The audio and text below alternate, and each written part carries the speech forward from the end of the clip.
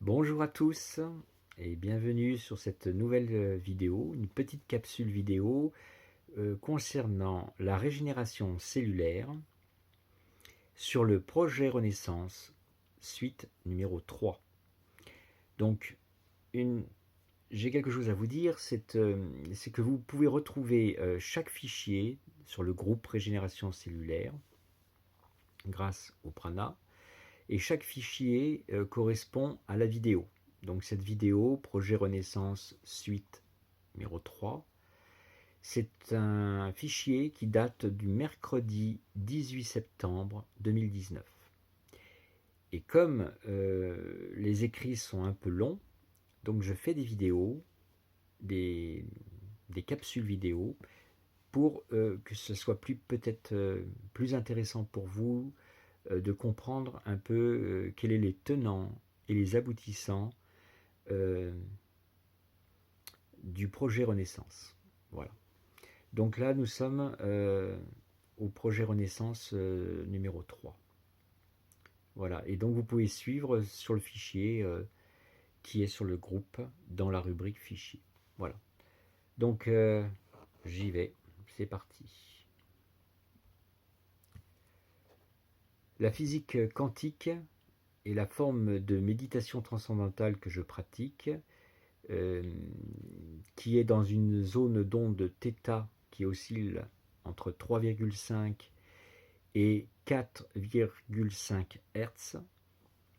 Cela me permet d'atteindre des zones de fréquence vibratoire et des énergies dont la maîtrise demande plusieurs décennies. Dans la suite du projet, vous allez avoir les éléments comme des vidéos qui expliquent ou des commentaires de science qui confirment ce que j'ai à vous dire. Alors, boire son urine, qui n'est plus du tout de l'urine, car c'est de l'eau précieuse.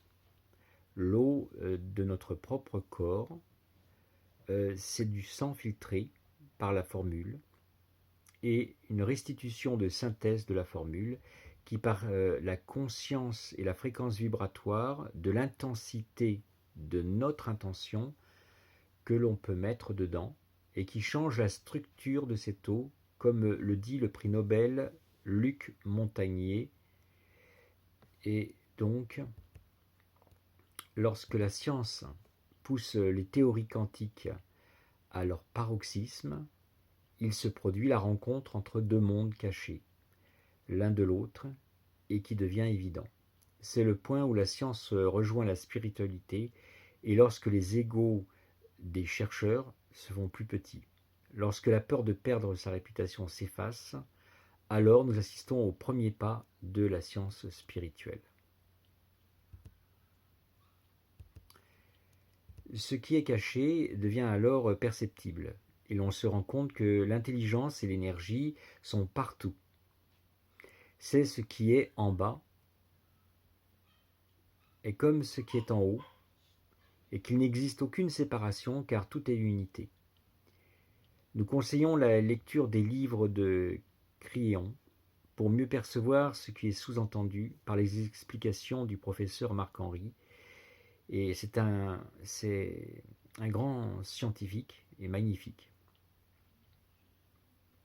Le problème rencontré par les chercheurs qui veulent sortir des sentiers battus est qu'ils se heurtent inévitablement, comme Tesla en son temps et tant d'autres, au mur du bien-pensé, créé par tout un système qui fait qu'on coupe tous les crédits et qui dénigre, discrédite toute personne osant regarder dans un autre sens que celui imposé. Moi, mon regard, il est resté sur mes objectifs pour le moment. Donc on va voir la suite, comment ça se passe. Ce système doit prendre fin afin que la science puisse enfin être débridée des lobbies financiers qui permettront d'apporter les progrès dont les hommes et la nature ont grand besoin et qui seraient déjà existants si le système de contrôle, notamment financier mondial, n'était pas en place. Ceci étant dit, l'eau a une mémoire. et les ondes électromagnétiques auraient les mêmes propriétés que la matière qui les a émises. Comment cela est-il possible? Difficile de le savoir. Car le problème que ça pose actuellement, c'est que cela demande aux biologistes d'être à la fois des physiciens et des chimistes. Et ça, c'est pas forcément facile pour eux, explique Marc-Henri, professeur de chimie et de physique quantique à l'université de Strasbourg. Pour le professeur Luc Montagnier, qui travaille déjà sur des applications concernant le virus du sida, l'autisme, certaines scléroses en plaques, les maladies d'Alzheimer et de Parkinson, les débouchés sont immenses. Car cette découverte remettrait en cause l'approche médicale actuelle, autant sur le plan du diagnostic que celui de la thérapie. Le corps humain étant composé à 70% d'eau, le jour où l'on admet donc que les ondes peuvent agir, on peut agir par les ondes, souligne Luc Montagnier. Et à ce moment-là, on peut traiter par les ondes. C'est un nouveau domaine de la médecine qui fait peur à l'industrie pharmaceutique. Avec ces éléments de connaissance, il est facile d'imaginer que le cerveau peut, grâce à des ondes magnétiques cérébrales, influencer l'eau de notre propre corps, qui est présent à au moins 70%, et ainsi rendre possible des modifications cellulaires qui, grâce à la formule, déclenchent obligatoirement au niveau physique une modification. J'ai la preuve, actuellement, que la formule créée par mes 4 guides agit positivement sur le corps. Si vous faites une prise de sang générale sur votre état de santé avant de prendre la formule, et après plusieurs mois, vous pourrez constater une modification positive sur votre état général.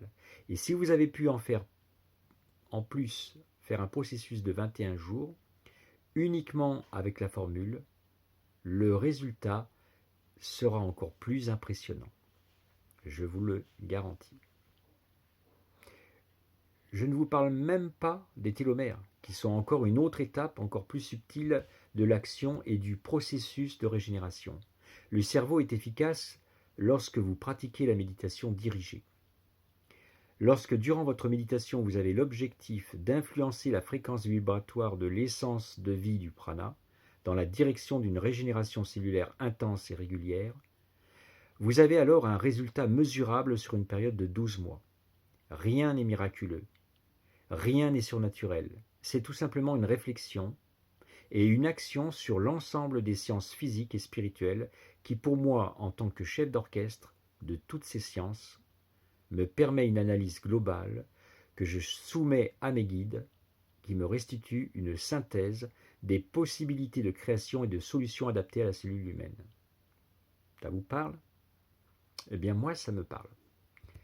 Je ne suis pas du tout un pessimiste, mais un réaliste positif qui croit en l'avenir, et pourtant, la définition d'un pessimiste, c'est une personne qui a tendance à être mécontent du présent et inquiet pour l'avenir, qui est bilieux, mélancolique, sombre, et c'est une personne qui a tendance à être mécontente du présent et inquiète pour l'avenir. Nous avons toutes les raisons d'être inquiets pour l'avenir, mais si on retrouve dans le futur l'essentiel, chacun est ce qu'il fait. Chacun est essence. Ce qu'il fait est existence.